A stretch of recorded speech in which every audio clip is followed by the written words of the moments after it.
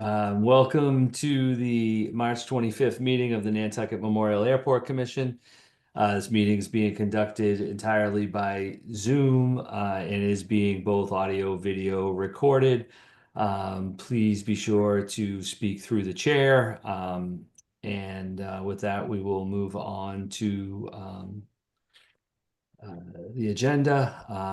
We first have, before the agenda, I would like to introduce our new airport manager, Mr. Warren Smith. Mr. Smith, we're excited to have you with us and welcome.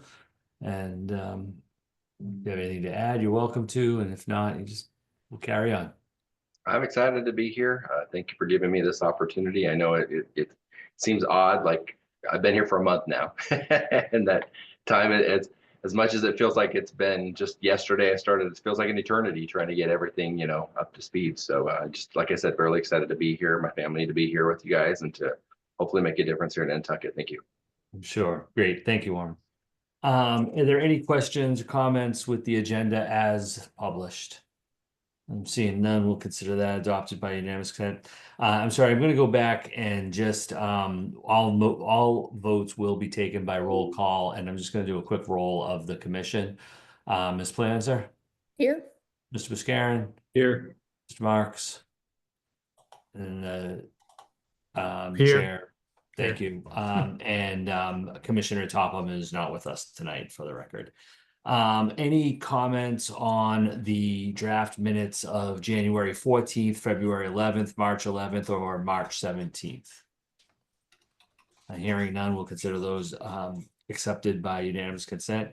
I would entertain a motion to ratify the warrants of February 5th, February 19th, and March 5th. Is there such a motion? So moved. Second. It's been made and seconded. Ms. Planzer, how do you vote? Aye. Mr. Buscarin, Aye. Mr. Marks, Aye. the chair votes aye. Is there any public comment for items that are not otherwise on our agenda? Please feel free to just speak up. I'm not hearing any, so we will move on to pending leases contracts set forth on Exhibit 1. If we could share the screen, please, and I'll turn it over to Mr. Smith. Perfect.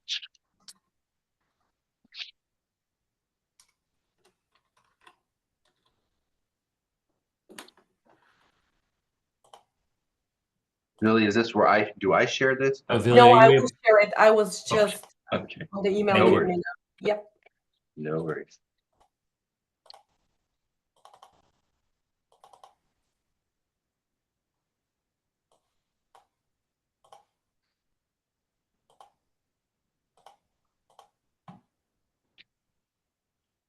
Perfect. Hopefully everybody can see that all right.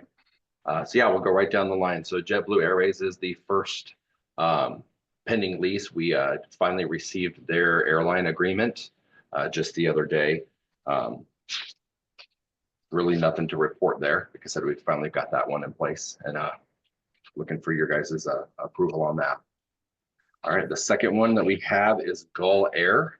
So we do have a ramp license agreement with Gull Air to include a $1,500 annual business fee. They are now running limited scheduled service in accordance with their on-demand Part 135 certificate. And of course, Nantucket, we traditionally require these type of agreements and business fees for the 135 on-demand for their services. So that's what that one is for. The next one is the Clean Harbors Environmental. We have a contract amendment for Clean Harbors in the amount of $1,910.04. This is for the disposal of the GAC filter resin. This is the resin that treats the fuel farm secondary containment water for PFAS. The contract with Clean Harbors is volume and weight based, and the material exceeded earlier estimate for that one. The next one is Potter's Industry. We have a change order number 5 with Pearl Company on the housing project for $6,845.21. Wait, am I missing one? Did I skip ahead? I'm sorry. I apologize. I skipped ahead. Let me go back. Sorry. Potter's Industries is a supply and deliver glass beads. I do apologize for that. I went one step ahead for $120,900. This is glass bead that we need for our airfield striping. It is required for FAA regulation. do believe this is for a 2-year term. Correct me if I'm wrong, Billy. Is that correct? That is correct, Warren. Yep. Okay, yeah. So that is for glass bead and delivery, much needed, and it is the good. I verified that is the good glass bead we need. I know that there are 4 types. One of the types does bleed through the red and actually turns your red paint pink, and it's highly suggested to not use on your airfield. So this is a good one that we're supposed to be using as recommended by the FAA that will not do that. So that's good. All right, moving on. Pearl Company. Sorry, jumped ahead of myself. Pearl Company, this is change order number 5 for the housing project, $6,845.21. This is to accommodate the placement of the transformer further from the road right away at the town's request, which resulted in National Grid's recommendation to install bollards around the transformer, hence why it generated this additional cost. The next one is for SW Cole Engineering that actually came across my desk this morning. However, I do want to review this one a little bit more in detail. So I do want to pass on and table this contract currently until I can get a better understanding of what it entails. All right. The next one is for World Fuel. World Fuel is just it's extending the contract term with 8 years per Anderson and Krieger. And the same for Ascent Aviation Group. I think they go hand in hand, if I'm correct, Billy, that we were just extending the term for another to 8 years is what it was, so that the new contracts will expire in 2028. The last one is an amendment to task order for McFarland Johnson to extend the contract term to December 31st of this year. And so my recommendation is approval of all of these minus the SW Cole Engineering for the commissioning board. Thank you. Does anybody have any questions on the pending leases and contracts reviewed by Mr. Smith? Is there a motion to approve the listed contracts? So moved. Is there a second? Second. Ms. Planzer, how do you vote? Ms. Planzer? Oh. Mr. Buscarin? Aye. Mr. Marks? Aye. Ms. Planzer? Aye. Perfect. And chair votes aye. Thank you. And that'll move us on to pending matters. And Mr. Smith, the South Apron Ramp Expansion Project, please. Yeah, so for the South Apron ramp, I finally got some more info on that one. One of the 2 noise monitor power supplies is fully functional and up and running. The second monitor activates when you turn it on. However, it then immediately goes off. So Airport IT is looking on that to see what the issue is there, but he is pretty confident it's a very minor glitch. And hopefully by the end of this week, both of them will be fully functional and up and running, which is great to hear. So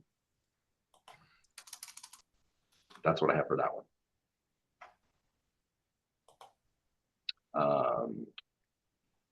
For the noise wall, I met with McFarland Johnson yesterday to discuss the bid package. Funding, of course, is under consideration, and I think the direction that we have settled on is to go with the fiberglass product with a perforated wool installation. And so I do want to recognize Rich Lasden from MJ with an update and for the draft cost estimate for that, if he is available. I am available. Thank you. Thank you, Rich. So as we've talked about previously, we did provide a cost estimate last month for that project. The bid documents are being finalized. At this point, we're looking to have that go out to bid on April 8th. That way it separates the bid from the FAA project that's also going out to bid, which is the high mast lights, which are going out to bid in I think next week they're going out to bid. So the sound wall project, I think we've talked some about it. I guess the commission, I'll ask you, Mr. Chair, what do you have any questions? I guess I'll leave it at that. Yes, so we did have a couple of questions, as I recall, which was are are you going to have to clear any more brush? I think that was one of the questions that I thought from the plans, it looked like you were going along that brush line and trying not to clear more, but could you clarify that? That is correct. At this point, based on multiple discussions, there might be some minimum sort of, let me say, branch Trimming? clipping, trimming, but no actual clearing. Okay. I noticed in the bid package that it didn't actually specify the manufacturer of the sound attenuating material, which you had given us earlier. I think it was that Sound Fighter.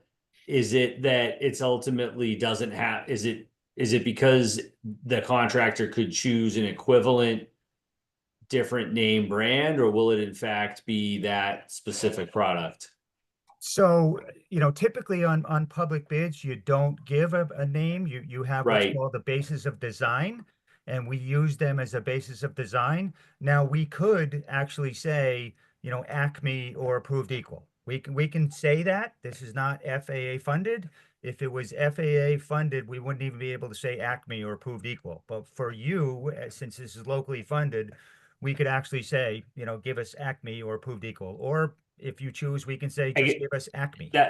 thank you. That was my point. I think if Yeah. you've already, as our consultants, researched and feel that truly is the best product, I Yeah. think that we should at least consider whether it would be your advice to us to spec that so that we don't potentially end up with a less expensive perhaps product that a different bidder might choose.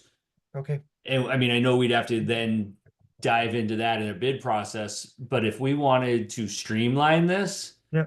and you're comfortable with that as the most favorable product, it would seem that we should hope to get bids that are apples to apples based upon Yes. said You- product would be my thoughts. How does everybody else feel on that? Agreed. Yeah. All right. Yeah, So if we we could, go out to general bid and in that case, all of the bidders would carry that one manufacturer, but all of the bidders that were doing the installation of the foundations and all the other work would have different prices. So yes, we could absolutely do that. perfect. Okay.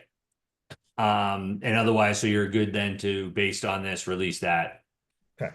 For Is advertisement on April 8th, I believe, Dhruv Patel, who's on the call, has been working with Villy on finalizing those dates.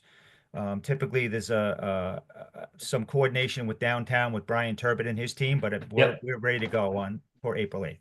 That's great. Thank you. Yep. Thanks for being here, Drew. You're welcome to add anything if needed, but up to you. All good. Thank you, Arthur. Thank you. Does anybody else have anything further on that? So we'll look for that to hit the streets and see what kind of response we get. And I guess one more thing, Mr. Chair. As you know, I think there's an issue that you have to go to town meeting, right, for funding for this, or there was something about funding that you don't have enough funding. That's why this was delayed until construction in the fall, because there's an effort that you have to do as the commission as far as a town meeting article, or you have to go to CapCon, or there's something else that the airport has to do. Okay, we can follow up on that with Mr. Smith and our finance manager. Yep. I wasn't In sure whether it discussions might with- already be included in that capital article. I think we definitely got to check on that, please. Okay. Mr. Smith. Mr. Chair, Oh, through you, yes, thank you, Maria. the noise wall, $5 million are included in an article for this upcoming town meeting, That's- May 3rd. So once this gets approved, we could, after July 1st, we could start, and we're gonna have the funding available. Thank you, Ms. Pashiva. Appreciate that. So I think we're good there. Yep, good. All right, let's hope the bids come in well under that. Anything else on the south apron? Okay, on to our PFAS investigation update, please. Yeah, so PFAS investigation, so IRA status report number 17. It it's in the packet here, and basically it just shares that during the reporting period, three drinking water sampling events were conducted August 14th, September 24th through the 25th, and the 3rd of December of 2024. Performance samples from the treatment system for the fuel farm containment area were collected on 2 occasions, and the organoclay pretreatment vessel was changed on the 19th of December of 2024. The status of the monitoring wells sampling has been completed, but surveying hasn't been completed yet. So that information is expected to be ready for the next commission meeting in April. And then for the phase 3 reporting, Weston Solution completed the Mass DEP phase 3 report just 5 days ago, back on March 20th.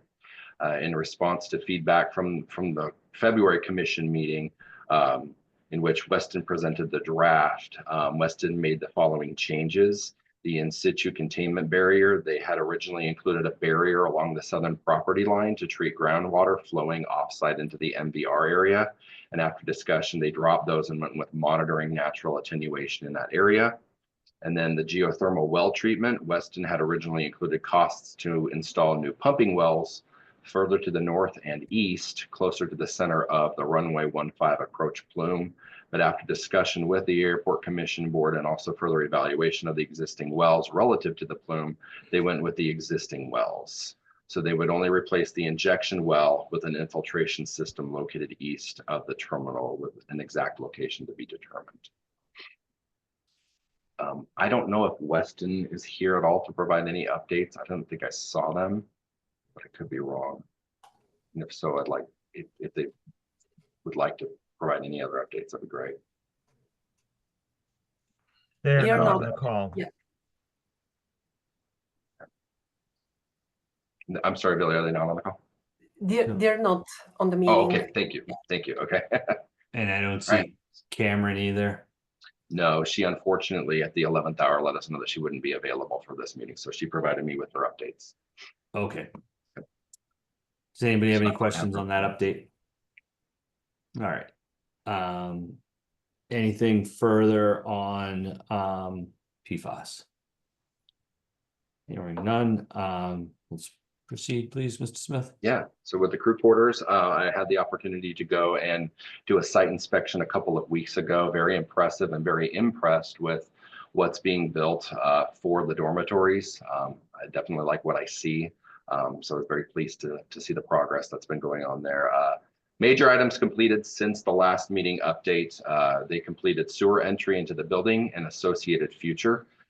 Completed a 4-inch fire service into the building and associated future. Completed electrical conduits into the building and associated futures. Completed 2-inch domestic water into building and associated future, of course. Completed CATV conduits into the building and associated futures. Completed high roof trim and completed roof shingle install. And the N-grid road trenching is to be done next week for the transformer. The permit has been made per Pro Construction, though they have not officially seen it. I was advised to reach out to Erica Mooney, does that sound right? Just to verify that, and so I still need to do that. So once I do that, we should hopefully see that permit in hand. But the work is to be done next week based off schedule, and then per Pro Construction, that sounds like it is still a go for that, which is great. The remaining upcoming work that is on the future horizon, close future horizon, is just underground roof leader drainage install, grade prep and pour all concrete patios and landing entering the building, install road base for driveway and parking areas, install the transformer and energize the building, install the binder course of asphalt at driveway and parking areas, complete mechanical rough-ins, and pour remaining concrete sidewalks and trash enclosure for that. I think I saw Ted from CHA. I don't know if he would like to add any more updates to this. Ted Gentry here, CHA. Thank you, Warren. That was beautifully done. I don't know that there's anything I can add to that. Very well done, and everything's spot on. So, Go ahead, Phil. Warren, if you don't mind, if I can, Sure, please. so one of the things that we're doing, Mr. Chair, is we have a meeting tomorrow to discuss FF&E, furniture, fixture, and equipment. That was one of the last things that was sort of left over that has not been sort of finalized yet. Early on in the project, with CHA and your architect, Ethan Griffin, we came up with sort of a menu of items that needed to be purchased. And we have not ever finalized that or created a contract to purchase FF&E. So the team here has a call tomorrow to discuss the next steps in purchasing and FF&E. It's beds and dressers and couches and stoves and etc. So we have a meeting tomorrow to talk about the next steps in developing a bid document to go out and procure that type of stuff. Great. And are we on track for our anticipated completion date? Yes, we are, Arthur. And to add to what Rich just said, we've got the contractor owns a number of the appliances. A number of the appliances were also installed in the modular units as the units were delivered. So it kind of pretty much comes down to the furniture that I know Noah was looking at doing IKEA and assembling on site. I'm not sure if that's where we still stand, Warren, or not, but that was the last discussion I heard. But tomorrow's meeting will flush all of that stuff out. That's the plan. Okay, thank you. Anybody else have any questions on the crew quarters? All right, keep us posted. And we do have another meeting in 2 weeks, so I think we can wait to hear what we have there. And we're on the terminal optimization project. Yeah, so I have scheduled a meeting with McFarland Johnson this coming Monday to discuss more about the terminal optimization. Of course, the topic did come up in our review of the airport master plan that we had yesterday. So more to come there, but we felt it best to kind of have its own separate meeting to discuss the terminal optimization. There we'll be discussing kind of Tent 3.0 options and opportunities, as well as common use ideas of what we could do to explore putting into the terminal, just for better functionality and better usability for our patrons that use the terminal. There is the potential for one last round of ATB BAIL monies to be considered for the next year. It's, I think, year 5 of 5. We do understand the atmosphere coming from Washington, D.C. and the changes that have happened. I know there's been a lot of uncertainty if that's going to happen. The feeling is yes, that last year is already on the table. And if so, it would be wise for us to try to grab those monies to be able to utilize for airport terminal optimization. If monies are to be had, let's go after it. That's also been the vibe that I've received from Rich Lasden as well, with McFarland Johnson, as we've discussed that. So, and Rich, feel free to chime in if I'm taking your words away, but I do believe that is a path that we would like to explore. Also with the geothermal in the building, that is something that we are going to discuss as well in the meeting as well on Monday for terminal optimization. I think it's been, and correct me if I'm wrong, Mr. Chair, but I think that that's the direction that the commission has been kind of leaning toward is to somehow upgrading the geothermal. I don't know if upgrading is the right word, but utilizing the geothermal system to pump and treat PFAS under the runway 15 approach plume area.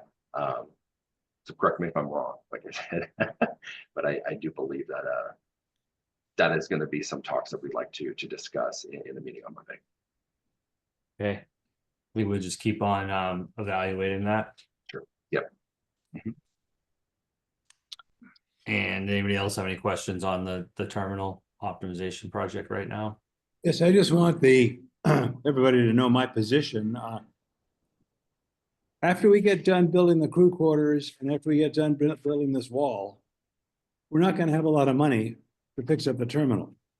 I understand the issues with regard to the geothermal wells, but I'm not open to a lot of big proposals about fixing up the terminal. Let's make sure we are fiscally responsible here. Agreed, but I do think we have to balance that with, especially as related to that tent, if it's truly reaching the end of its useful life, you know, being prepared. So I'm with you. We're not looking for the big expansion projects, but that we, you know, might want to see. We did spend a lot of money on the study as well, so Too much. well, what can we maybe get out of that for, is what I'm thinking, and it doesn't have to be next year either, it could be part of our 5-year CIP perhaps, in terms of how some of that work perhaps is phased as well. So, Noted, thank you. onto the, and then there's some things that might come out of this next topic as well, which is Got a the Quick question, master Arthur. plan. Go ahead, sir. Yes, I had a quick question, Arthur. yeah, Is it possible to be part of the meeting on Monday? A commissioner or no? yeah, which So- one, for the furnishings? No, No, no, no, for the the geothermal thing. So terminal can optimization. can I jump in a second, Yeah. Warren? So for the benefit of the board, the meeting on Monday is really with the airport manager to go over what was been done to date. Oh, At okay. this point, we're not really talking about future work. No There's worries. going to be a Okay. second meeting because the OPM has to be involved in the meeting that's going to happen to talk about future work. That's going to be another meeting scheduled. This is really to introduce Warren to sort of the conditions of the original you know, SWOT analysis that was done on the terminal, and to sort of go over the study that was done to date. So he's brought up to speed on all of the work that was done to date. Yeah, no worries. Thanks. No problem.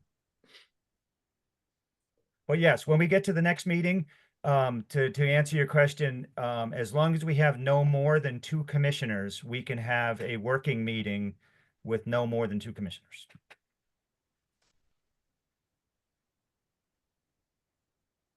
Okay, anything further? Nope. So let's go on to the master plan, please, Mr. Smith. Yeah, so from the master plan, I'd like to recognize Laura Canham from McFarland Johnson and Rich for the APMU update. Thank you. Let me know when you can see my screen. We can, Good. Laura. Excellent. Yes, I wanted to give you a quick update on the master plan. This is going to be very, very high level. I believe the rest of the presentation was included in your packet, so some of the details I will skip over, but I just wanted to make sure you had the level of detail you're interested in, and feel free to ask any questions. So the master plan is the FAA's official airport planning document. It's required by FAA compliance and regulations, and it reflects the goals of the town of Nantucket, the airport, and in compliance with federal and state requirements. It looks at short-term, medium-term, and long-term, and the ultimate result is that it graphically shows the long-term development of the airport in its airport layout plan. Most of the master plan helps justify and validate proposed development and establishes an implementation plan, so a phased approach to how you're going to be able to implement these items.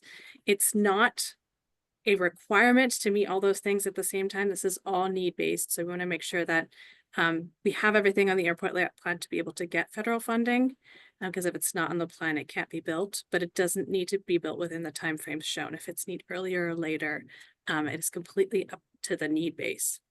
The last master plan was completed 10 years ago, and so master plans are 20-year projects looking out 20 years, but about every 7 to 10 years, or if there are major changes that occur at an airport, the master plan should be completed. So we're right on schedule for that.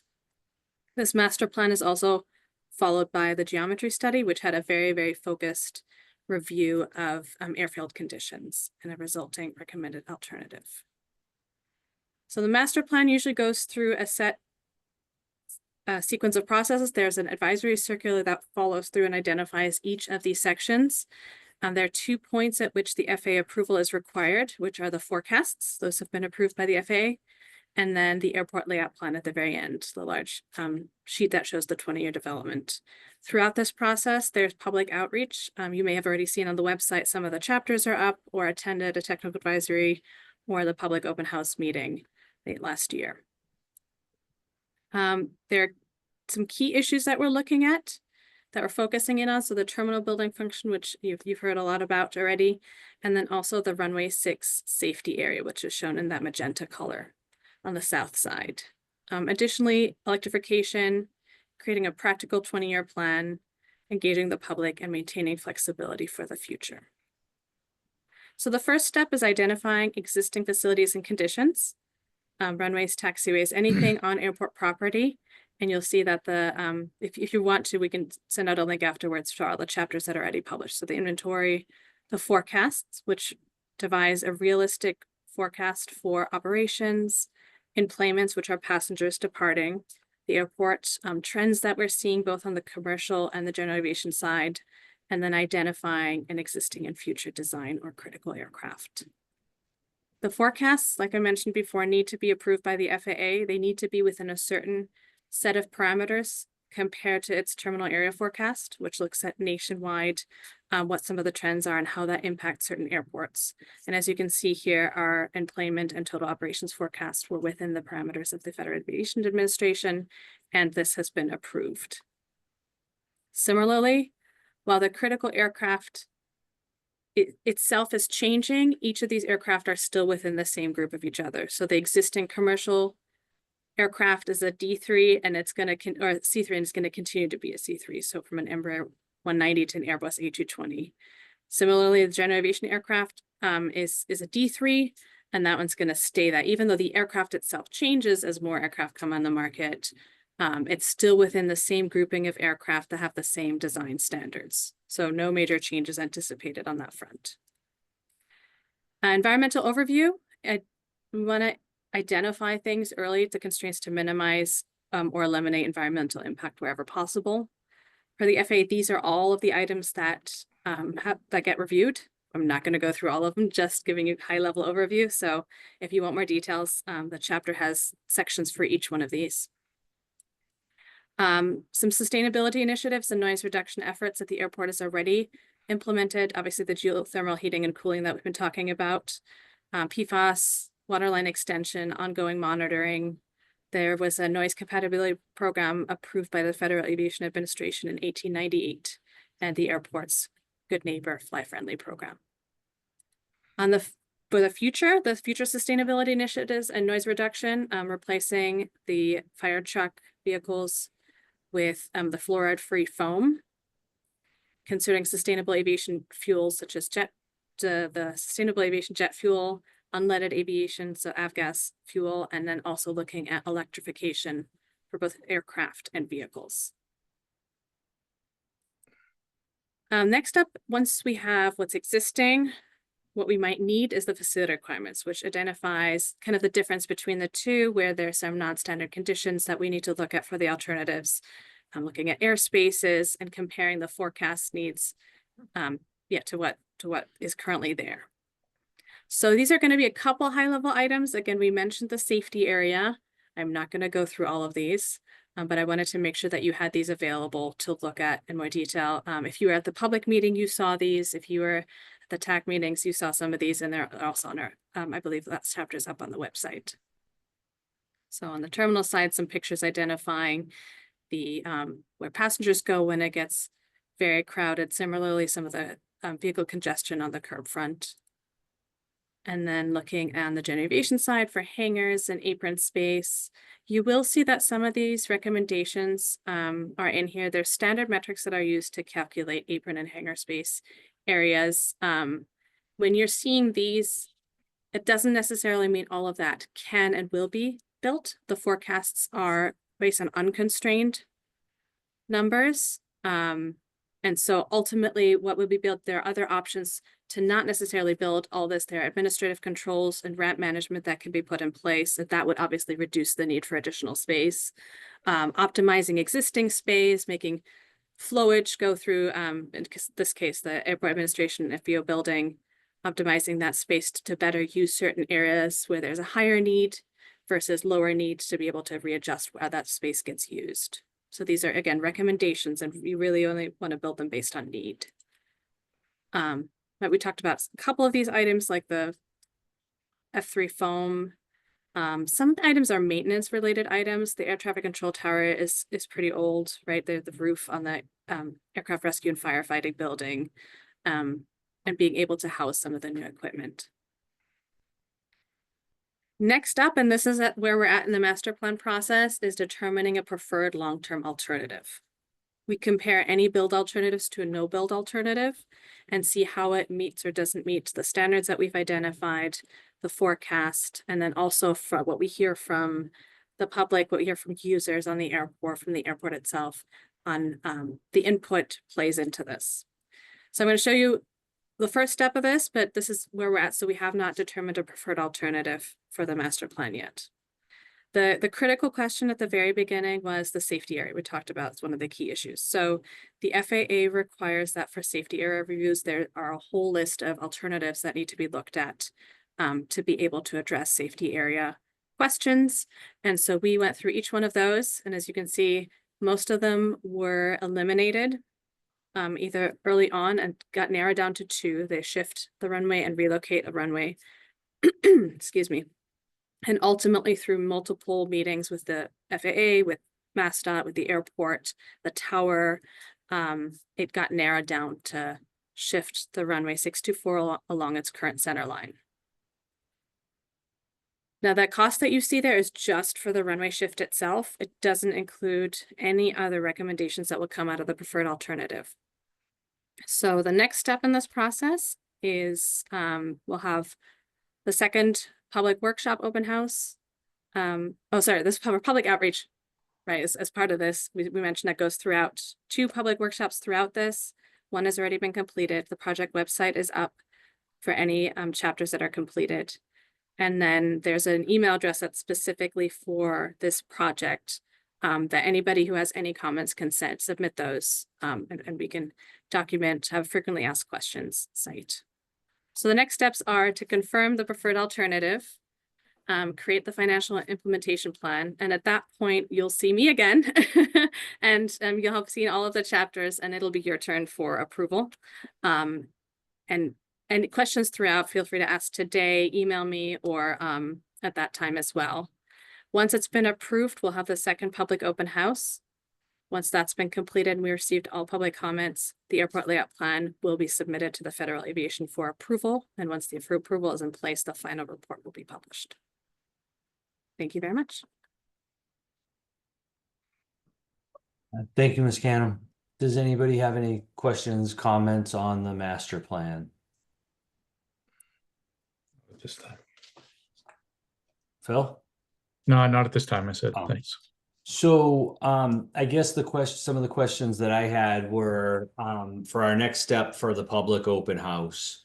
I think for the commission to consider is, are we aligned with everything that is shown in this plan for public facing and what's going to be essentially shown by the consultants on behalf of the commission. So I want to make sure there's nothing in there. If you haven't had the time to really go through it in the packet, I think that prior to our meeting in 2 weeks, that would be very helpful, just to make sure there's nothing there that we have any other comments. And I'm hoping that works for MJ, if we can get any feedback back to you for our meeting in 2 weeks to then schedule that public open house after that. Is that? Yes, my thought was, and I at this point, we don't have a preferred alternative yet, which is the ultimate outcome. So it might make sense that, obviously, feel free to review what's already available, but it might make sense that we provide the preferred alternative once the alternatives are complete, and then also the implementation of that, how that's going to be phased out, how much that would cost, that you review the whole thing before that goes out to the public, and that's not going to be available for the May meeting. Okay, then that's fine. Okay. What I really wanted to make April, sure yes. was the last time through, there had been talk of trying to have this public forum in, I think even in February. And I just really wanted to make sure that that gets pushed off until that it doesn't happen prematurely, and that we're really all worked out any potential, kinks or concerns that may exist, and certainly the identification of that preferred alternative. I will get in touch with you directly with some of those comments, and Rich and Mr. Smith, you know, I think all of you, I did have a few comments. I don't think we have to get into it all right now. But going back to that 1989 study, you know, which you list as being adopted, but I think there needs to be some looking in some additional study into whether that's actually being currently adhered to. And there was a lot of talk in the TAC meetings about a voluntary 150 study. We understood that you know, with the seasonal nature of the DNL, that we might not qualify, but I think there's also a lot of talk that there hasn't been one since the 1980s, and there's been a drastic change in our fleet mix. And then the other thing that I think came up in some of the TAC meetings was, you know, whether or not we want to, as a function of a recommendation out of, or at least mention an inclusion of the master plan, looking to work with a consultant towards studying the establishment of flight routes and corridors to ultimately be adopted through you know, an FAA process, but to take on that kind of a study to help to formalize in today's standards those overwater routes. And I think as part of long-term master planning, that a little bit more mention of that under environmental. And the other piece on the environmental, I guess I said I wasn't going to get into it, but I guess I'm not. These are some of the things I had in my mind when I reviewed the plan. Yeah. Was we've done a ton of work, especially last year, staff and commission, on that ramp management plan. And I didn't see that noted. And you know, the voluntary installation of the noise monitors, and the new software. I think all of that is worthy of mention in that one section of some of the work, so that we can codify some of the work that's been done into that master plan that all goes towards sort of that community facing goal of being a good neighbor, and things that the airport has done and is taking to address. It's not just noise. A lot of it right now is emissions. The run times of the ground noise on the ramp, the direction the jets are facing, you know, and how that's operating also under certain conditions. I think all of that, but really, I think at least the mention of the ramp management plan and the infrastructure that was installed as voluntarily as part, you know, that some of that wasn't even funded, and we took that on as part of that south ramp expansion. So those are all some of the things that, and I'd be happy to discuss them further without taking everybody's time. Absolutely, yes. I'd love to hear more about that and see what we can do to integrate things, or even just to mention it as much as we can. Because the master plan is an airport and federal document, there are some things that can be included in the master plan and some things that cannot, but we will work with you to see how best we can integrate as much as possible, if not everything. Right. And then anything that can't, there might be something like a recommended follow-on study. Yeah. For clarification really quickly, the noise 1989 document, there have been noise studies conducted since then. I just wanted to put in that clarifying comment for that. Right, but it wasn't the full Part 150. There's been various, I think, pieces of types of studies done, but I don't believe that there's been any undertaking of a formal Part 150. Yeah, I don't know about a formal Part 150, but there are full airport noise contours completed since then. Right. Yeah, which that is what informs the Part 150. So Understood. perfect. Thank you so much. Thank you. Does anybody else have anything further on the master plan? Okay, we'll stay tuned on that. Moving on, there is a town meeting warrant article number 72. And this is a general bylaw amendment related to car rental agencies and registration of. And I wanted to have a general discussion amongst the commission as to whether or not we wanted to have any kind of a position statement or not on this particular article. The select board has put forth this article, And it does involve definitions of what they call the peer-to-peer car rental. So essentially Turo, but it could be others. And they had one recommendation. The finance committee has didn't move to adopt or support the select boards. They and I'm paraphrasing, I believe, moved to, I could open the warrant, but have referred to further study. There was a lot of questions that had been raised by Turo's attorney, who I see a representative is on our meeting as well. So I think it would really just be, up to a commission discussion whether to, I see it as three potential courses of action. One is to take no action and, see where it goes. Another would be to support the select board article as written, or another would be to support the finance committee motion. And so, when we may need a little more information, I'll try to bring up the while we're starting to discuss it. And I see we have some interested parties here, which, once the commission discusses it, we certainly can accept some additional comment on this. The select board packet for last night, I can try to find and be able to share that particular article and the comments that they had, in case that is that's helpful. Any commissioners have any initial thoughts on Article 72? weigh in. Mr. Marks. Yeah, I feel like kicking the can down the road is the wrong approach. I think we need to try to tackle this in some form. And I think if the select board's willing to do that, I think we should get behind them.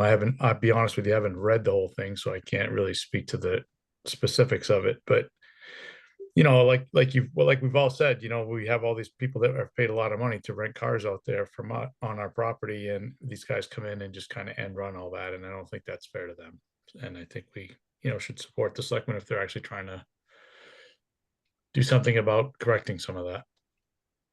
So I know I'm scrolling through a little bit fast, but here's Article 72 as written.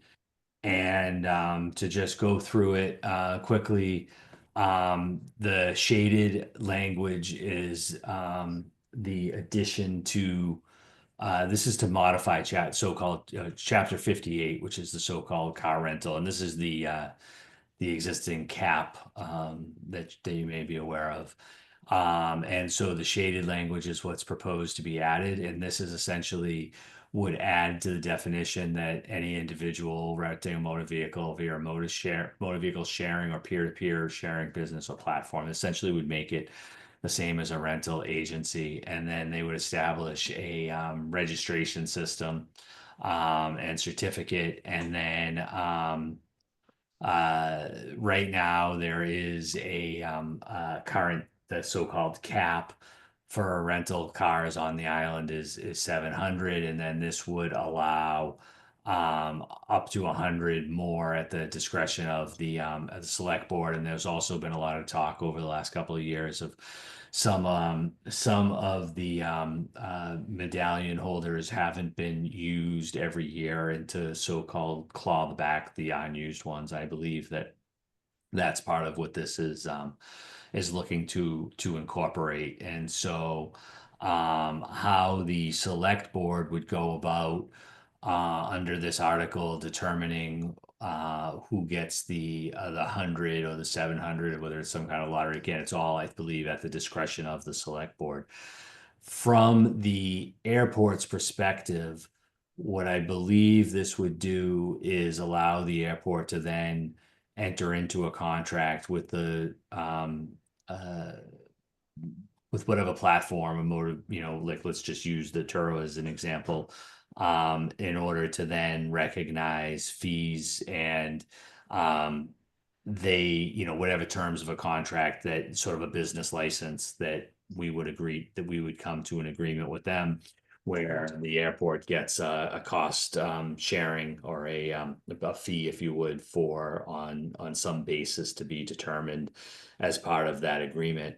Right now, it's difficult for the airport to enter into an agreement on the basis that it would be in violation of chapter 58. So that, I think is where we've held off until there, and I think I think that this article would potentially rectify that, because we could then consider a contract of whatever terms with that agreement, with that operator, on the basis that we then wouldn't be violating chapter 58. So the other part of this then was, here you had the finance committee was to move to table the article for further study, order to go forward with as written. And again, we're not obligated, just to be clear, in any way. I just we have a stake here in both recognizing revenue and an operator that wants to enter into a contract with us, as well as existing tenants, longstanding tenants, and that we have worked with. And so just making sure that we're fair to all, I think, is a very important tenet of how we proceed here, if we were to make any comments. Commissioners, anybody else, or do you want to hear from the public? So whoever is iPad 2, could you identify yourself, please? Is that you, Mr. Cohen? I see you have a hand up.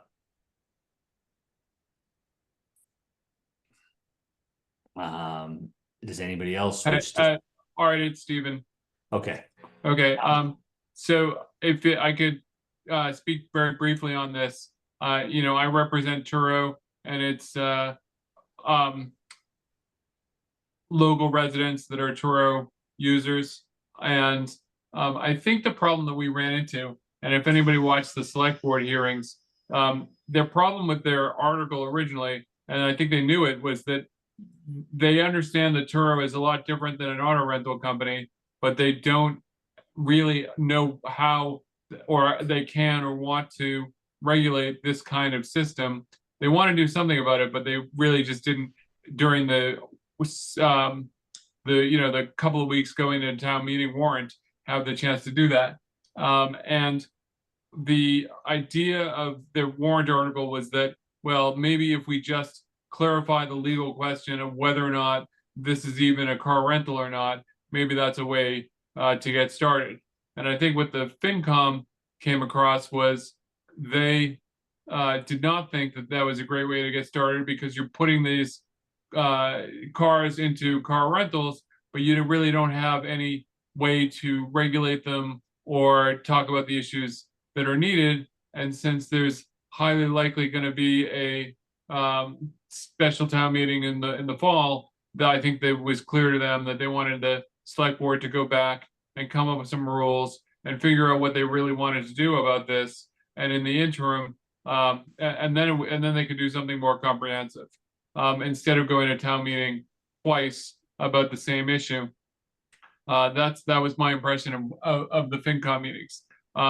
That said, I think that what is really important to the airport is that it get in place a contract with Turo, which Turo has 145 contracts with different airports all over the country. And what I think we should do in the interim, while the select board and the police chief and some other people are figuring out how to legally regulate Turo, which was quite questionable according to the police chief, without some other regulations.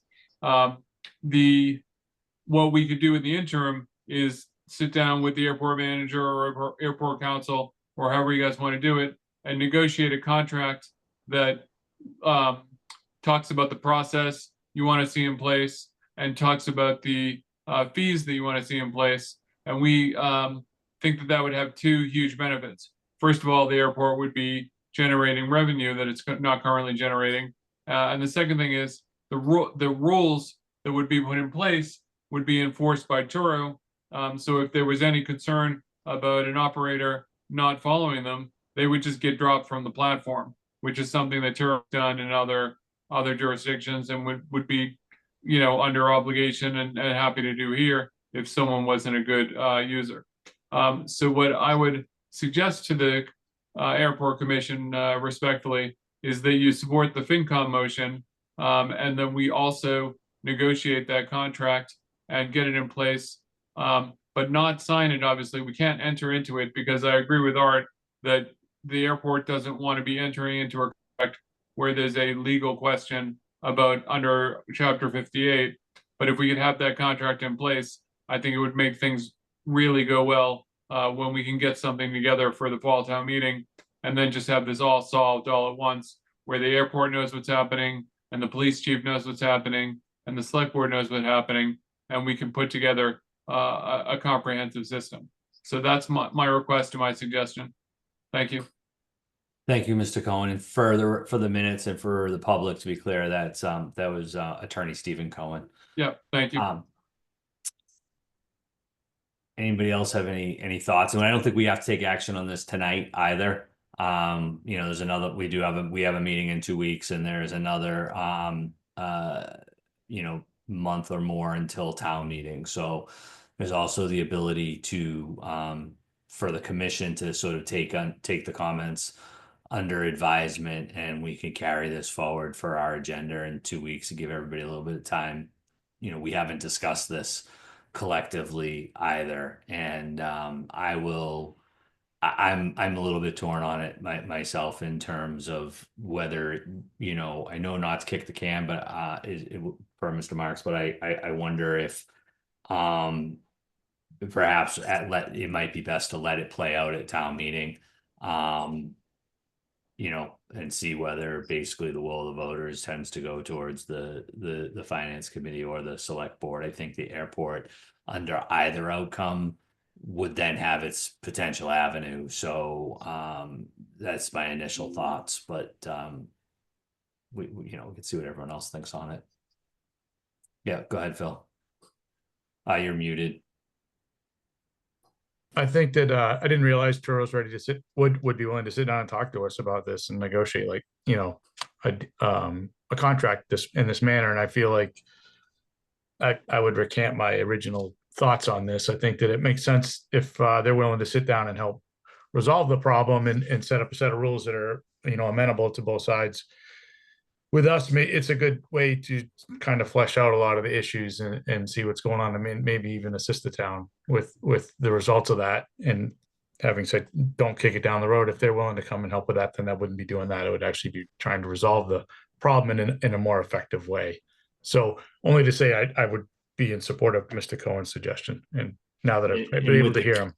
Right. And with the caveat that we would likely not be inclined, I can't speak for how a future commission might vote, but to actually enter into that, it would be, it would be working on a framework that may be more palatable or acceptable, or at least even have some staff recommendation. Part of this, I think, is going to have a good amount of input from Mr. Smith and our finance department as well, in terms of how that works. And I just think that it also has to be balanced with fairness to the fees that are paid by our current operators, you know, at the airport. It sounds like Mr. Cohen, you know, that's exactly what we would discuss, you know, with Mr. Cohen, and whatever fee structure there, we have to be sure that it's, you know, it's not exactly apples to apples either, but there are similarities in the operation of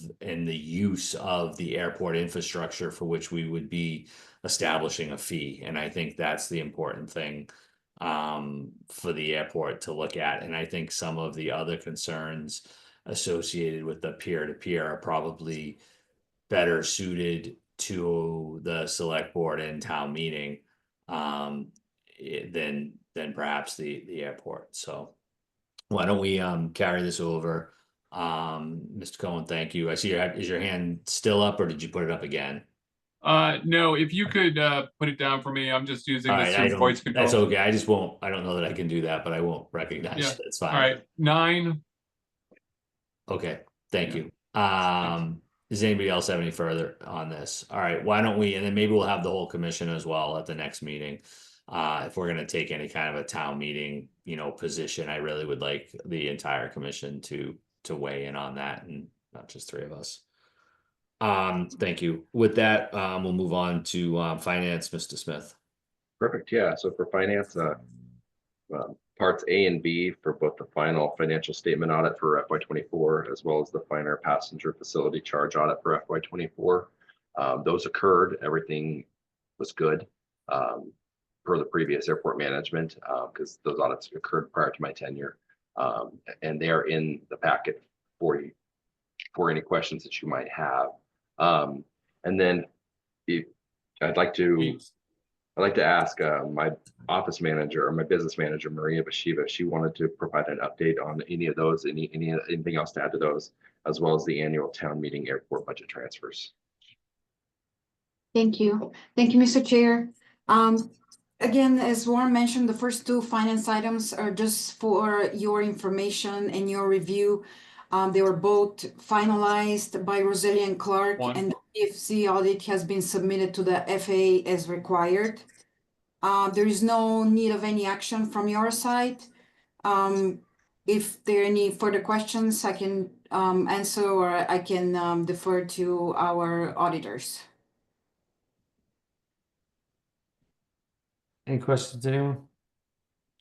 Ms. Bashiva, you're happy with the outcome and Yes, Right. it proves the airport is in a really good financial standing right now.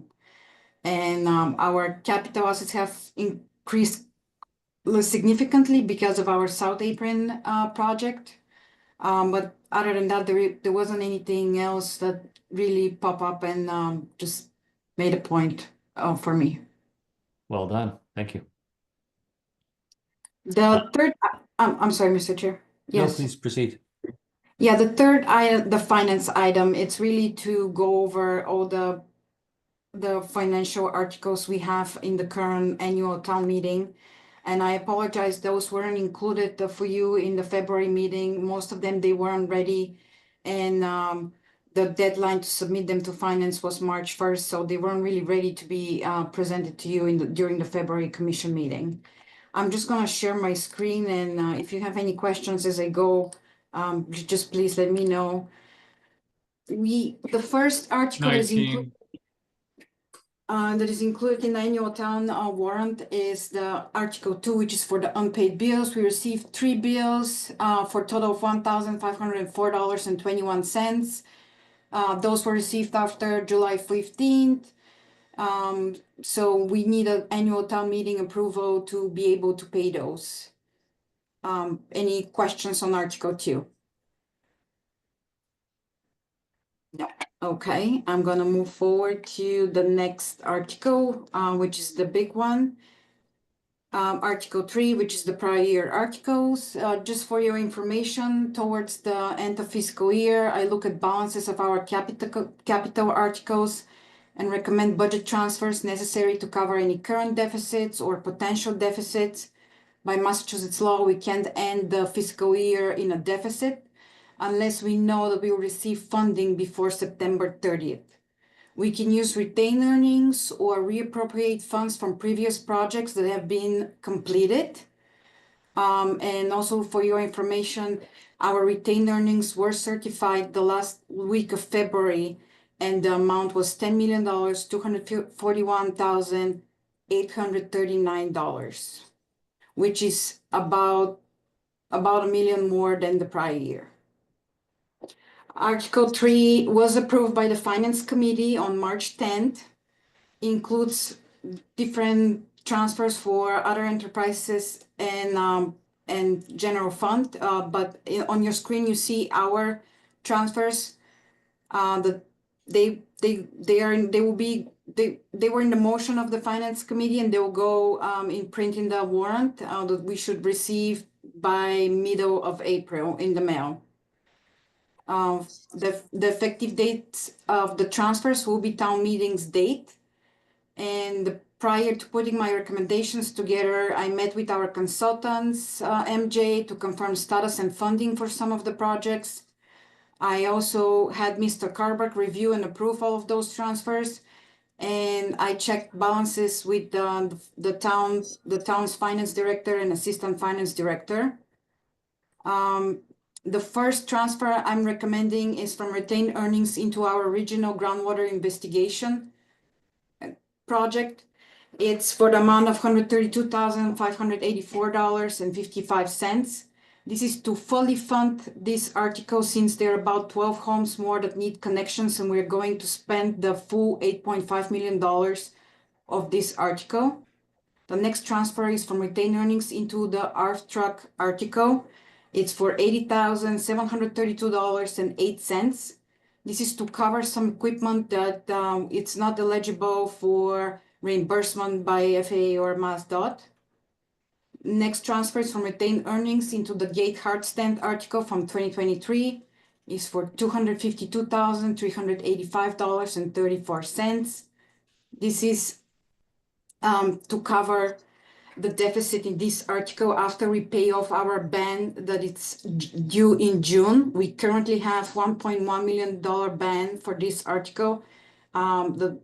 We've received some money already from the state for this article. We funded it through retained earnings prior this year, so we're gonna be paying off this ban. Next transfer is from retained earnings into the Nobody Farm Housing dorm construction article, $3,885,000. This is to fully fund the amount of the project and the article. We just in case we have any last minute changes or any increases that we're not expecting. If we don't fully expand this article, we can do that same thing next year in Article 3, and whatever leftover there is in this Nobody Farm Housing dorm construction article, we can transfer it to another one that where we need the money. Next transfer is from retained earnings into the perimeter and fence road. It's for $600,000 per our consultants. The construction will cost about $450,000, and we currently have a contract with them for consulting services. So I've included $600,000 since all this project is expected to be completed by the end of this fiscal year as well. Next transfer is from retained earnings into the electro-tuck article of $13,698. Originally, the appropriation for this article and funding did not include the shipping cost, so this transfer will cover the deficit in that article and close the project since we already purchased the electro-tuck. Next transfer is from retained earnings into the high mast light replacement project of $35,000. This is to fund our portion of the project and cover any current expenses. We are going to have an AIP for this one, and we are going to apply in May. Next, we have from some appropriations from prior years. From the old taxiway Echo article, we're transferring $40,559.44 into the groundwater soil investigation phase 3 article. From taxiway G old article, we are transferring $304,275.49 again into the groundwater soil investigation. From an old maintenance for maintenance and equipment article, we have some leftover funding of $32,655.57 that I'm transferring into the groundwater soil investigation. And just as a side note, we do have a more recent article with current funding available for any potential maintenance equipment they might need. From the old permit for master plan update article, $373.19 into the groundwater soil investigation. And from our old GeoStudy article that this project has been completed, $29,486.30 into the groundwater soil investigation as well. From retained earnings into the groundwater again, $242,650.01. This makes the total between reappropriation and retained earnings $650,000, and this is the amount we are gonna be transferring into the groundwater soil investigation phase 3 article. Next, we have from retained earnings into the runway 6 repair, $75,000. This is to fund our portion of the project and cover any current expenses so we don't end the year in a deficit. We still haven't submitted for reimbursement for this one, but we do have an AIP. And the last transfer, it's from retained earnings into the environmental monitoring article, $14,230. The reason is the same, just to fund our portion of the project and cover any current expenses. And we also do have an AIP project for this one. The total amount of all transfers in Article 3 is $5,738,629.97, and $407,349.99 are from reappropriations from prior year articles, and $5,331,279.98. Oh, I'm sorry. You got the number, I apologize. Here at the end, I got confused. But it's $5,331,279.98 from retained earnings. Any questions on Article 3? Anybody have any questions? Really great job. Thank you. Okay, moving on then. Next, Article 17. We have two transfers. The first one is from retained earnings into our salaries budget of $400,000. On a monthly basis, I work on a salary analysis and on the fact we have some extra overtime during the presidential visit in November. We also have 3, actually, not 2 employees that they either retired or left the airport in this fiscal year. I've recommended $400,000 transfer from retained earnings, just to be sure we're not gonna end up in a deficit in our budget. And the second transfer is from retained earnings into our operating budget, $2.8 million. This is to cover potential acquisition of real estate purchase for airport employee housing. Any questions on Article 17? Hearing none. Okay, and the last article I have for you is Article 23, which is the Rescind Unused Borrowing Authority.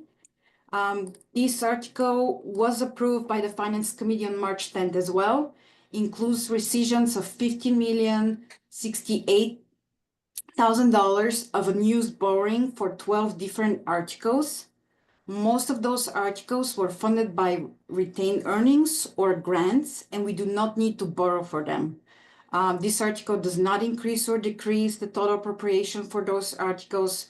We just remove the borrowing authorization since we have a different funding source. If the commission prefers, I can go line item by line item, but I did put some notes for you on the site as well. Nope, I think we're good. Okay, well, and just in conclusion, I just want to mention that the total use of retained earnings at this upcoming town meeting, it's $8,532,784.19. This is between all 3 articles we just reviewed, Article 2, Article 3, and Article 17. On a side note, our budget was approved by the Finance Committee as suggested, as submitted, and is approved by you. And it's going the town warrant as well. And all our capital projects that were recommended by the Capital Program Committee were approved by the Finance Committee as well, and they had no questions during their meeting. Thank you very much. And you started off with an apology, which was absolutely not necessary. I have to tell the commission and, the public that we went into a finance committee meeting scrambling a little bit, and Ms. Pashiva was incredibly responsive, had the answers, and was very well prepared. And the meeting went very well, and I appreciated that and fully understand, everyone's sort of, these things are fluid. And, you know, working into the town meeting, deadlines, as well as all of these, precursor meetings can be quite challenging between Capcom, multiple finance committee meetings, when you don't always know which one they're gonna actually, it seems like, get to this stuff, or airport, topics. So well done, and thank you, it's appreciated. Thank you. And like I said, you know, it went quite well, I felt like, with the finance committee, which is hopefully a good sign for town meeting. And, does anybody have anything else, any questions, regarding town meeting or the finances? Okay. So, Mr. Smith, do you have any, discussion on the impound lot operations and management? I don't know to what extent everybody's up to speed with this. The impound lot, I don't want to go into heavy detail of what it is. As everyone may be aware, an RFP was awarded to tenant Jeff Smith to run pretty much a dual use lot, partial use for an impound, as an impound operator. And it is my understanding that the tenant is expected to hold a minimum number of spots available for the airport, and then operating remaining 20 spots as an actual impound lot, also to encourage as broad of a service as possible for the community. And so, like I said, that's where we're up to have this discussion. I do know to kind of help solidify the airport stance. The previous airport manager did prepare some information of 4 vehicles that have been actually towed from the airport. One was a Nissan Pathfinder that had been here for 6 months and was finally hauled off the island for scrap. Another was a JCB telehandler machine that was here for 6 months that is currently selling to recoup impound fees. Another one is a Toyota Land Cruiser. Unfortunately, the owner is deceased, and so we have received the title. I'm sorry, the title has been received from the finance company and currently selling to recoup those impound charges. The 4th was a Volvo. However, I do believe that the Volvo was finally picked up, had been here for about 5 or 6 months. I don't know. I don't know if my staff know the exact timeline that Volvo was here, but I do believe they finally came and actually got it before it was hauled off and actually paid the resulting fees for that. So there has been shown that there has been a need for impound and for this lot. Really, I guess there is that need for this service there. So I just kind of want to, I guess, open up more to the commissioning board on their thoughts regarding just the lot and operations and the management. Marks, you had asked for this item, so. why don't Yep. you go ahead? Yeah, so it was from a citizen was curious to know if it was operational and functioning, so that I understand that the airport's had some cars towed there. Wanted to know if and how to go about getting other cars towed into the lot. If you get 20 other spots, you know, and I know there's one particular road that we all have voted on allowing the cars to be towed that were parked on the street overnight. So that was the reason for the request, and to understand, just basically what the status was of that situation over there and whether or not it was open for public use to have cars towed there.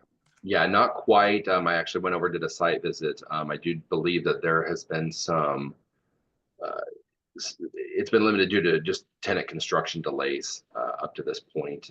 There was some water that unfortunately needed to be shut off to some of the neighboring tenants on the property. That has been since resolved. The water's back, as well as just some removal of some equipment that was confirmed by me today. So there, once that construction is done, I do believe that, you know, it'll feel more like an impound lot. Could it be started as one right now? It's possible. There's no pavement. It definitely was a quagmire last week when I went out there with the rain. I don't know if I'd want to put a vehicle out there in that kind of mud. But is it possible that he's already started the services? Yes. To what extent, I don't know, but I'll reach out to Jeff and see kind of the progress there. But I do believe there was some delay just due to some construction activity on the property. Great, thank you. You bet.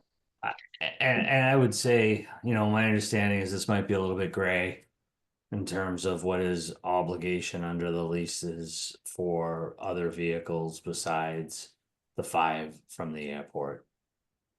So I think he has to get the site put together. I'm not so clear that that's gonna happen, other than he definitely has to do the 5 from the airport, but I believe there is some perhaps ambiguity in the rest of it, so. I don't know how much we can get further into that without his site actually being ready. And if he's towing the 5 or the ones that the airport is requesting, he may be meeting the terms of that contract of that lease. But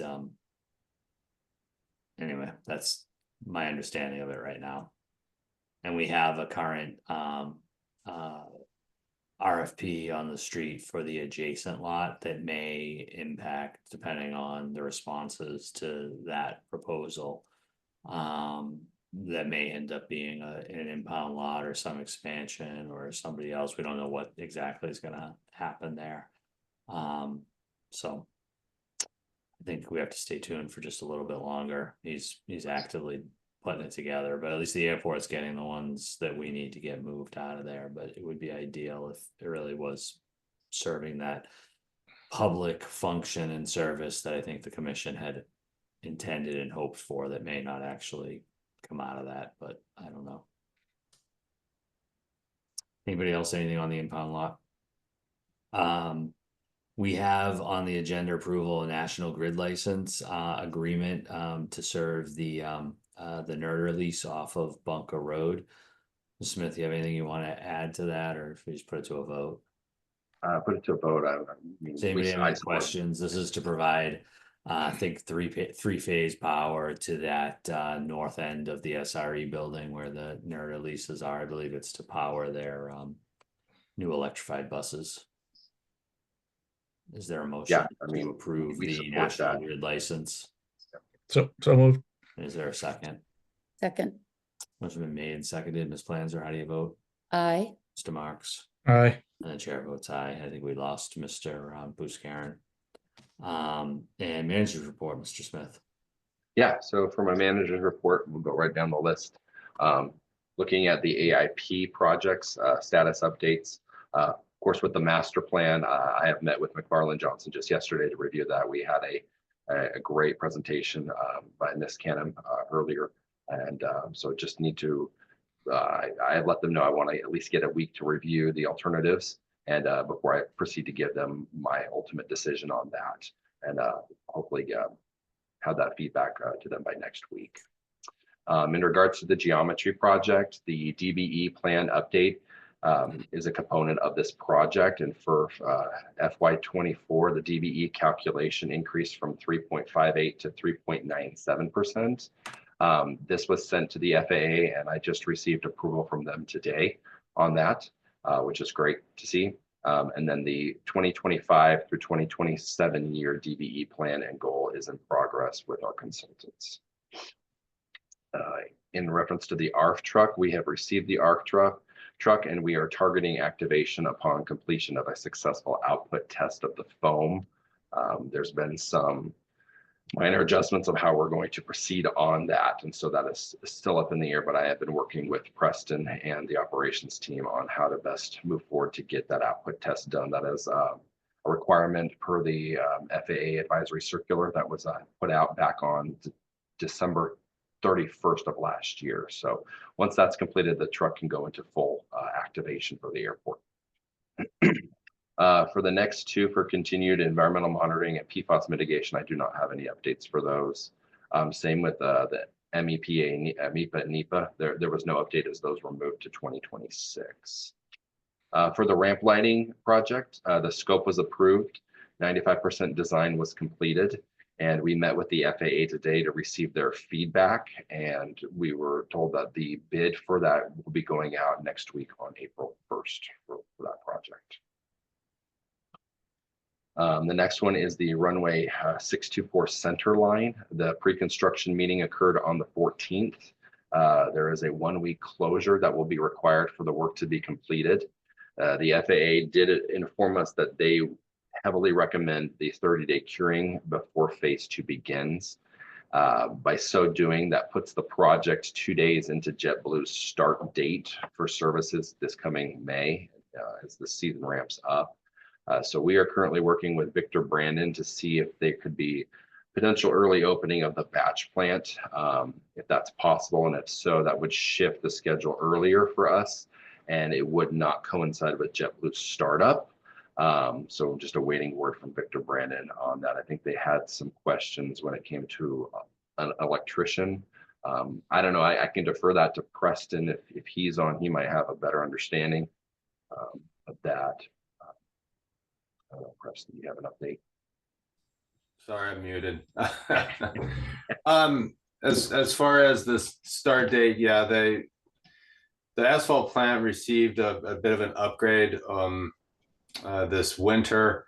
I believe they're working with their electrician to get that finalized and up and running.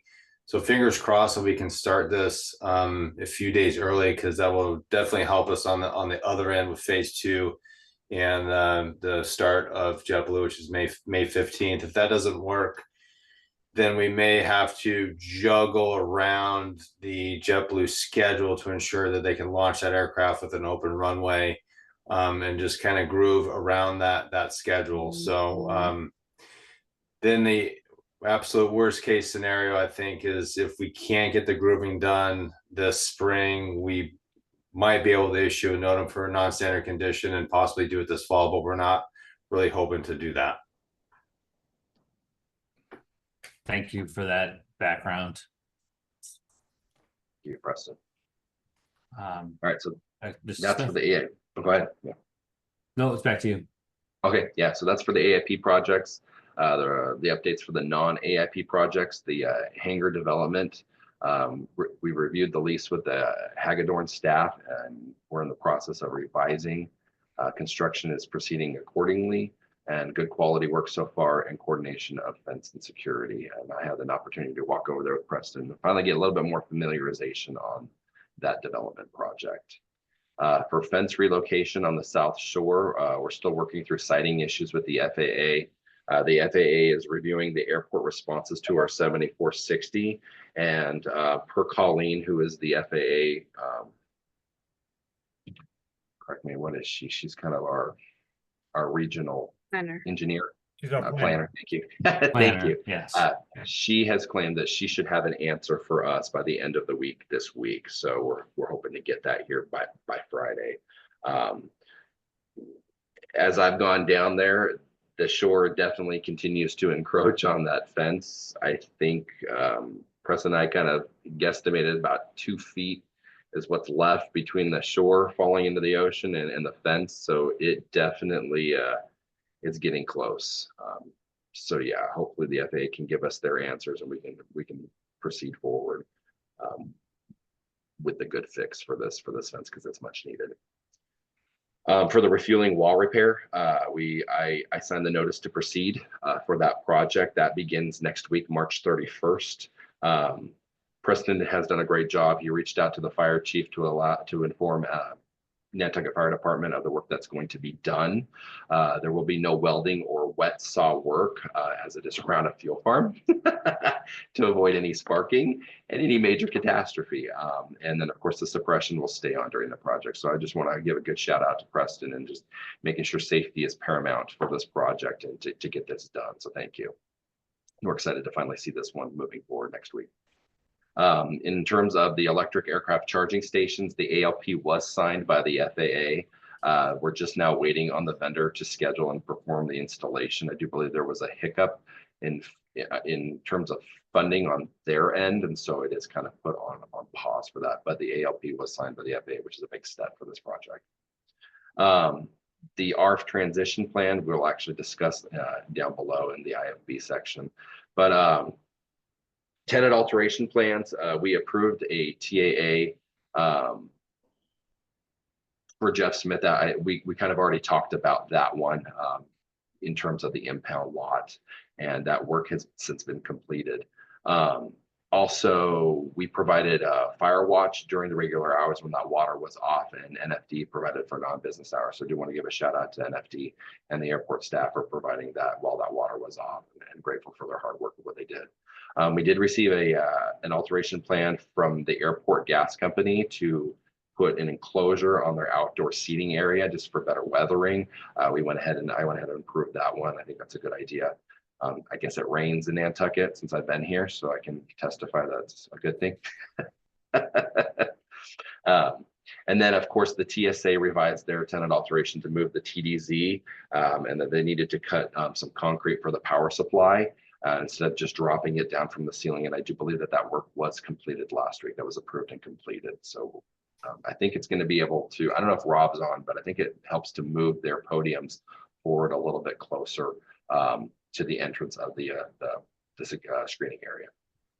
Warren, if I may, I don't think they did not do any saw cutting on the floor. I believe they just installed the additional outlet or cable, whatever they needed to do to provide that service to that podium. And Gotcha. they may move it a little bit, but I don't think it's going to move as far as they initially wanted. Okay. Yeah. Perfect. Thank you. All right, so moving on to the RFP bid statuses. If we could two hold on a bids- second, Ms. Smith, I think just there's a lot of projects and I didn't want to interrupt you through, but did anybody have, before we go through all of them, any questions on any of the projects that were just reviewed? I had a question on the ramp lighting project. There was, I thought, some discussion about whether, or a question anyway, and Mr. Lasden, you may need to maybe to you, whether we would be able to reduce the height of those lights so that they were similar to the design of the south ramp expansion, or if that wasn't possible based on the space, some engineering specification for spacing and or, you know, if you could just if you could address that, whether that was looked at or not. Excuse me, absolutely, yes, we did look at that. We looked at the lights on the commercial service ramp are currently on 40-foot poles. And we looked at reducing those to 30-foot poles. The FAA has guidelines on the amount of light in foot candles that are sort of expected to be on the ramp for safety and operations of aircraft. And lowering the lights to 30 feet, we did not get the light spread that we needed. So the lights on the aviation side will still be on 40-foot poles. We did look at putting shields on the front of the light so that it would sort of block the ability to see it from farther away, but they are still on 40-foot high poles. The lights on those same poles that face the public streets or the non-aviation side, the land side, do comply with the town's dark sky initiative. So they have a different light bulb and a different lumen setting on that side. So we did what we could to comply with the initiatives of the town. And thank you. And that's what I was asking. And so I presume that it's because the depth of the existing ramp is greater than the depth of the new south ramp expansion. That's why you need that's why the shorter poles were acceptable with a narrower, if you will, ramp. Am I correct there? There's also a difference in yes, but commercial service has sort of more operations and more people walking around and more equipment walking around. Well, why, if I may, I just Yeah. want to sort of talk this through to Yep. understand Sure. it a little bit, because this is Yep. our opportunity for Absolutely. perhaps some improvement. Yep.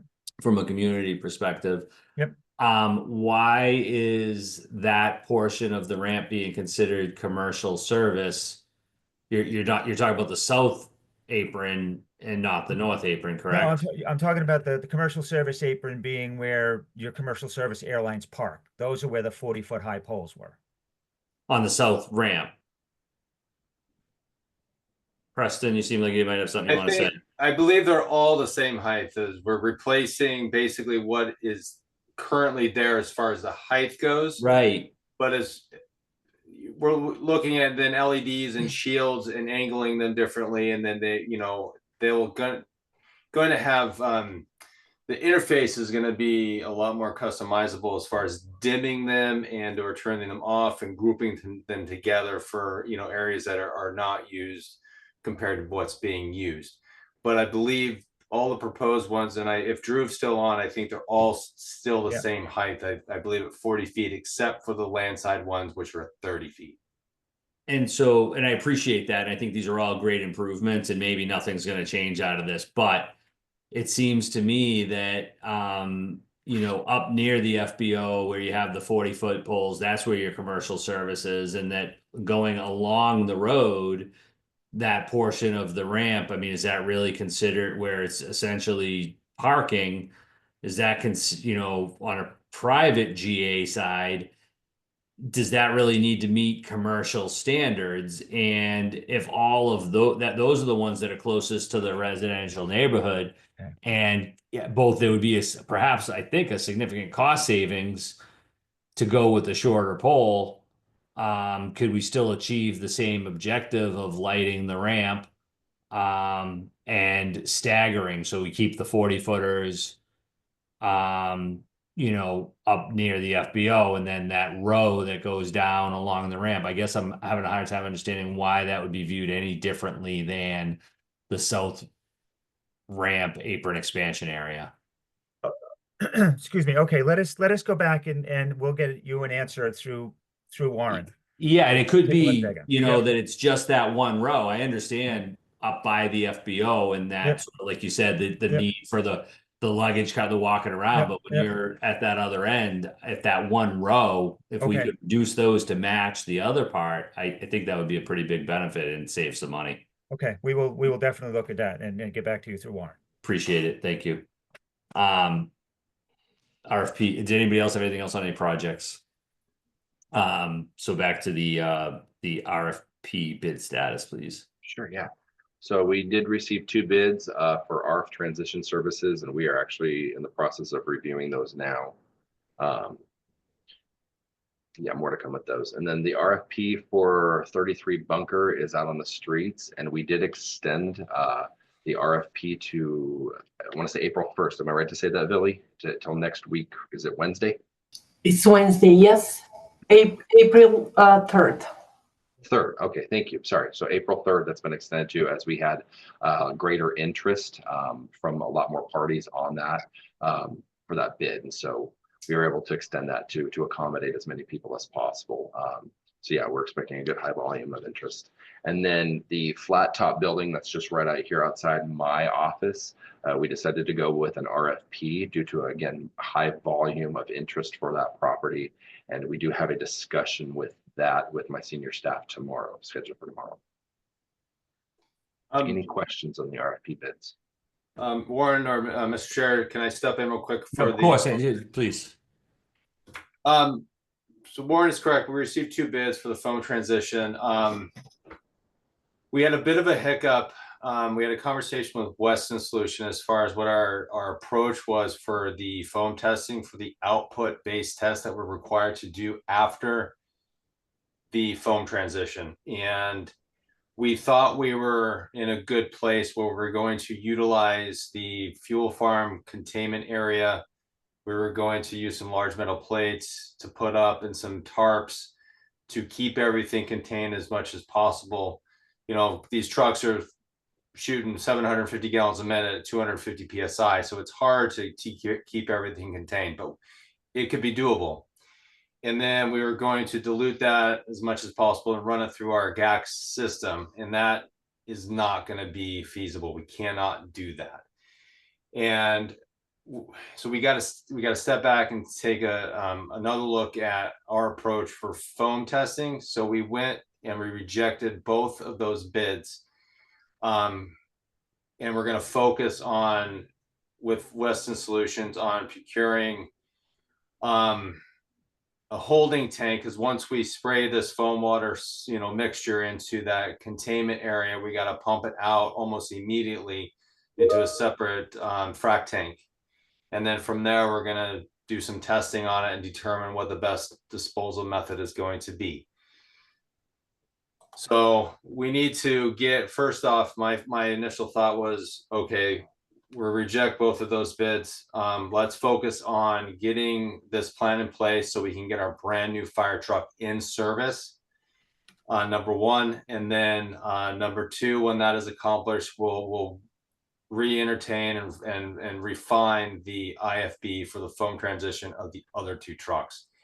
That may not happen till the fall now.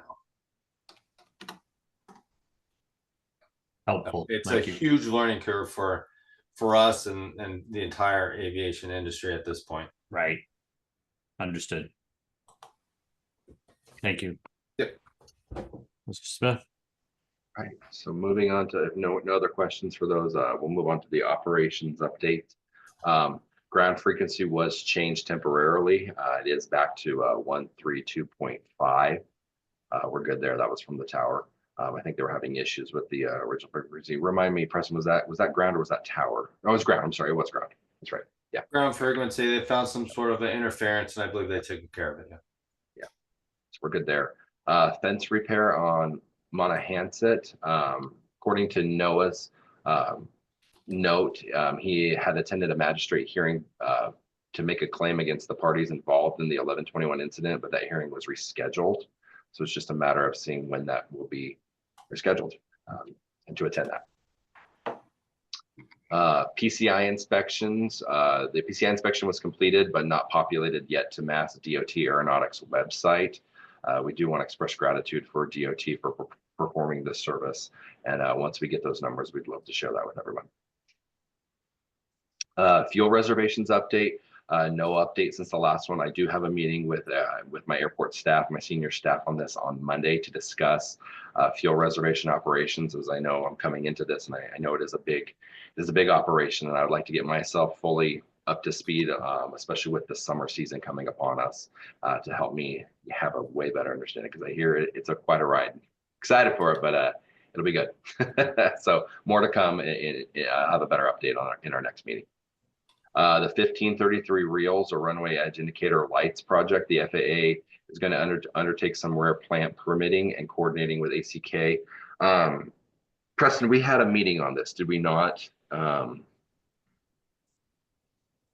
We did, and we had a funding meeting to figure out whether or not the environmental work was going to be funded by Tech Ops. And I believe we determined it would fall under our continuing monitoring that's already in place up to a certain point. And then, which I believe we've already done. Brett was out here last week to survey the site. He found a couple of our plants, but I think they could adjust the trenching and the work to avoid those areas. And I believe he sent a fairly large email to Amy at Natural Heritage to get the approval for a go-ahead. Perfect, thank you. Yeah, and I do believe that project they're trying to do to coincide with when we are closed during our runway project for the center line. So that's why there's been a big push for that by the FAA to get that project completed. All right, moving on, the ACM revisions. Preston has done a great job trying to get the airport certification manual up to date with the transition from Noah to me. I do want to give him a great shout out. Also, the water rescue plan was approved and submitted to the FAA. And again, I'm really grateful for Preston, all he's done and the hard work to keep us compliant with the FAA. But it's nice to see the updates and moving forward with the manuals. I'm about a quarter way done reading all of them. It is a lot of paperwork, but it's a lot, and hopefully I'll get up to speed and have those read by the end of this week. The wildlife hazard management plan and mowing, we are completed for the winter cycle of mowing and habitat management. We will follow this up through the environmental coordinator, through Cameron. So for some reason I have a typo on here. During the annual TAC meeting and with the State Natural Heritage Group. So I do need to coordinate that with get an update there. Airline service, JetBlue has a new ground handler. They will be using Unify, who currently services both United and Delta. And we met with them 2 weeks ago just to get a better give them a better understanding of our operations here and the expectations for their staffing and their use of the ground power equipment and ground service equipment.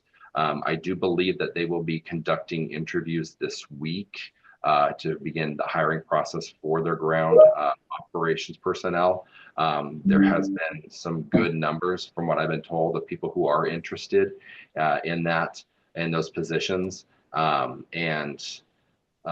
do believe in order to differentiate them between JetBlue and the other airlines, they will be wearing different colored vests. So that way they are going to have a truly dedicated team to JetBlue, even though it's all Unify. That way we can differentiate between the two different airlines. The startup calls for JetBlue's seasonal operations have begun, and we continue to hold those weekly with JetBlue. In regards to training, our annual 321 training, wildlife, and driver training season is underway, and it's keeping our ops and our maintenance staff busy. They did CDL training this last week. We also did our annual wildlife training with the required staff, so it's great to see. The FAA inspection is slated for Memorial Day week, as well as the TSA inspection is scheduled for May. And today we scheduled the annual RSAT, or Runway Safety Action Tower meeting, for June 10th. The tower has confirmed that date, and we'll get more people involved in that meeting as we get closer to the date and send out invitations. We are working through an issue with a ramp servicer for airport gas and diesel. We have use of diesel, but we are needing to go to airport gas currently to fill up any unleaded vehicles. And so we are working on a resolution with that currently. Hopefully it will be resolved in the near future. And then we do have some staff attending the April Runway Safety Summit in pardon my non-New England, the town of Worcester, I guess is how you say it. Worcester. Definitely Worcester. Worcester, there you go. Yeah, I didn't want to say Worcester, right? But no, Preston and I, we're going to be going and attending that next week. So we're excited to see what comes about of that, and hopefully present to you just any updates when it comes to runway safety in our next meeting. We did get a 100% badge audit with the TSA that was completed by Rob and Joe. Congrats to them. And being 100% compliant, it's always good to see the hard work with our security team. And for the seasonal positions, we have really good interest so far. I don't have an update yet on those, but I will get those on Thursday in my staff meeting with Eddie. So that's all I have for the operations update. If anybody has any questions. Any questions? Oh, statistics. You don't have to go through all of the statistics. You could give us a pretty brief summary unless anyone wants it and it's getting late. Yeah, it's getting late. I don't know. I mean, we've had 0 calls, 0 APU updates for noise, which is great. Overall operations are up 36%. The Southwest ramp operations are up 49% for December, and employments are up 57% since December. So everything seems to be trending upward. So I think that's pretty good to say there. Any questions on the statistics? No. If not, we'll go to personnel report then. We have hired Paul Blake as a new maintenance specialist, M1. We were also able to promote Laura Scott to our finance assistant, HR coordinator, where she will assume Debbie Cooks's current position when Deb retires in April. And we are currently advertising to backfill her position. I do believe interviews were conducted, and I do believe that an offer was made, if I'm correct on that one. Same with the environmental coordinator. The interviews were successful. We have submitted a potential offer.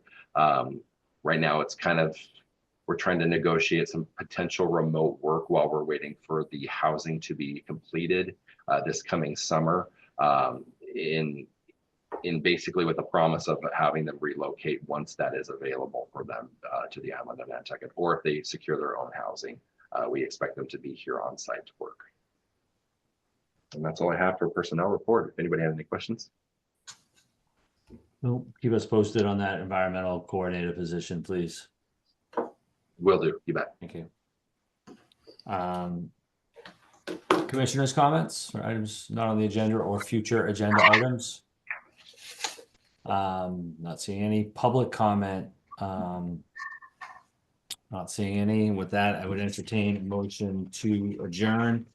To go into executive session per general law, chapter 30A, section 21A, to review the executive session minutes enumerated on the agenda. To discuss strategy with respect to pursuing legal claims against the manufacturer of PFAS.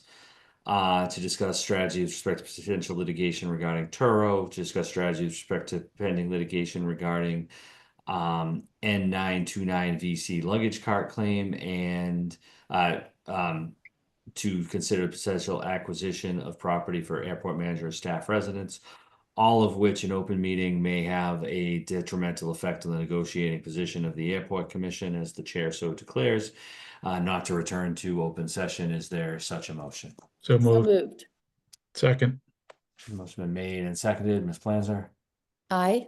Mr. Marks, Aye. and the chair votes aye. Thank you all.